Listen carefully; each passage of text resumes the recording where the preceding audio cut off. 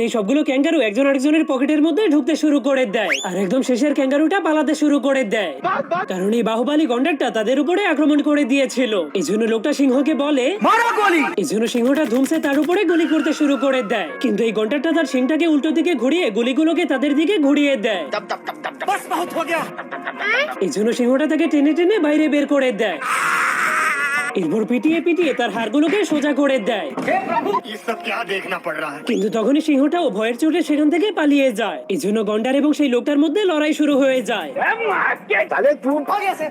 তখনই লোকটা সেই গন্ডারের লেজটাকে ধরে টানতে শুরু করে দেয়, যার কারণে তার সিংটা ভেতরে চলে গেলে লোকটা তার লেজে গিট মেরে দেয়। এরপর সামনে এসে তার উপরে হাসতে শুরু করে দেয়, এরপর সিংহের জায়গার উপরে বসে পড়ে। কিন্তু তখনই তার লেজের গিটটা খুলে গেলে সেই সিংটা বের হয়ে লোকটার পাছার মধ্যে ঢুকে যায়।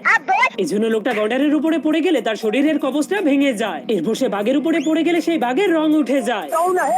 এমনকি সে একটা সাপের উপরে পড়ে গেলে সে অনেক ভয় পেয়ে সাপটাকে বন্দুক দিয়ে ভয় দেখাতে শুরু করে দেয়। কিন্তু তখনই সেই শালা সাপটা বিন বাজাতে শুরু করে দেয়, যার কারণে বন্দুকটা নাগিন ডান্স করতে শুরু করে দেয়। এই জন্য সে গুলি করে দিলে তার গুলিটাও নাগিন ডান্স করতে শুরু করে দেয়।